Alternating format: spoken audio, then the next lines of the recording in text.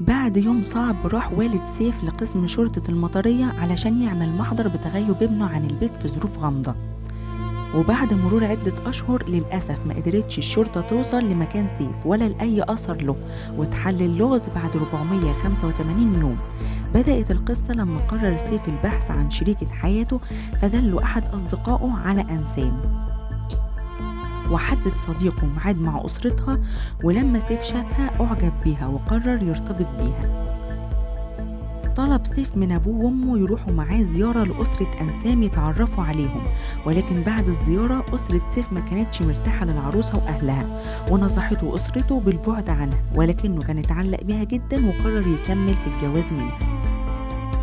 تم الجواز وسكن العروسين في شقة إيجار، وما كانش سيف بيزور أسرته بسبب رفض أمه للجوازة، لكن والده كان على تواصل معاه دايما من غير الأم ما تعرف، وكان بيساعده يبدأ حياته الزوجية. وبعد 2 من جواز سيف وأنسام خلفوا طفل، وازدادت المصاريف عليهم غير إيجار الشقة. فطلب سيف من والده إنهم يروحوا يعيشوا معاهم، فوافق الأب، ولكن أنسام كانت دايما على خلاف مع أسرة سيف. استمر الجواز لمدة 5 سنين وخلفوا طفلين، وكان سيف بيشتغل على ليل ونهار علشان يوفر الفلوس ويشتري الذهب ويشتري عربية ويبني حياة حلوة جديدة لأسرته وأطفاله، وكان بيشيل فلوسه كلها مع مراته. يوم راح سيف يشتري العربية وكانت مراته في بيت أهلها بسبب خلافات عائلية معتادة،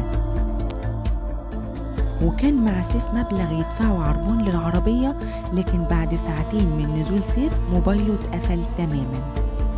حاول والده يتصل بيه أكتر من مرة لكن مفيش فايدة، فاتصل بمرات ابنه فقالت له يمكن اتأخر شوية وهيرجع على بيتها ياخدها هي والأولاد ويرجعوا شقتهم.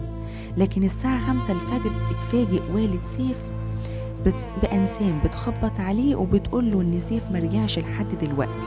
فأخد الأب أنسام معاه في العربية ومشوا في نفس اتجاه سيف، يمكن يكون حصلت له حادثة، ولكن مفيش أي أثر. فراحوا يدوروا في المستشفيات والأقسام وبرضه مفيش أثر.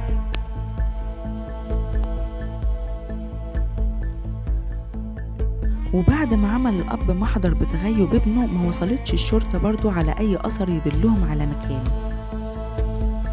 وبعد سنة رفعت أنسام قضية طلاق في محكمة الأسرة لتضررها من اختفاء جوزها وتغيبه وعدم قدرتها على الإنفاق والحياة بمفردها، وبالفعل تم الطلاق. فكانت الصدمة لوالد سيف لما عرف إن مرات ابنه طلقت نفسها بالمحكمة. وأول ما اتطلقت أنسام اتقدم لها محمد واتفقوا على الجواز. في الفترة دي بدأت الشكوك لوالد سيف، وفضل يراجع منشورات مرات ابنه على صفحتها على الفيسبوك لحد ما لقى بوست بتأكد فيه إنها هتاخد إجراءات ضد شخص قريب منها، فتوقع الأب إن يكون المقصود هو ابنه. فراح للشرطة وطلب إعادة فتح قضية تغيب ابنه، واتهم مرات ابنه إنها وراء اختفائه. فتحت الشرطة القضية تاني ولكن ما بلغوش أنسام، وبدأ الأمن يراقبها هي وخطيبها الجديد.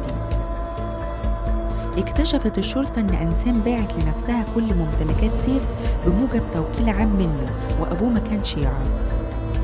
فبدأت شكوك الأمن حوالين أنسام لحد ما اكتشفوا رسالة غريبة بين أنسام ومحمد خطيبها الجديد قبل اختفاء جوزها سيف بشهور. الأمن لوجود علاقة بين أنسام وخطيبها محمد قبل وأثناء اختفاء الزوج، فطلب الأمن استدعاء محمد وأنسام كمان، وده كان قبل جوازهم بيومين. فكانت أنسام متوترة جدا، وبمجرد مواجهتها في التحقيق اعترفت إنها كانت على علاقة بمحمد قبل ما تتجوز سيف، ولكن محمد كان متجوز برضه وما كانش يقدر يتجوزها بسبب ظروفه المادية الصعبة، فاقترح عليها إنها تتجوز سيف ويفضلوا على علاقة في السر.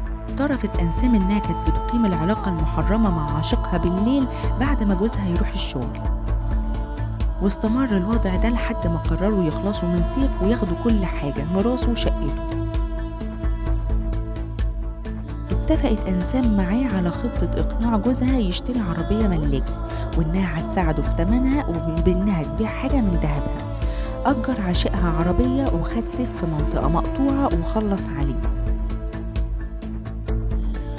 اتصلت بيه وطلبت منه يأجر عربية ويصورها وهي تعرض الصور على جوزها وتقنعه يشتريها.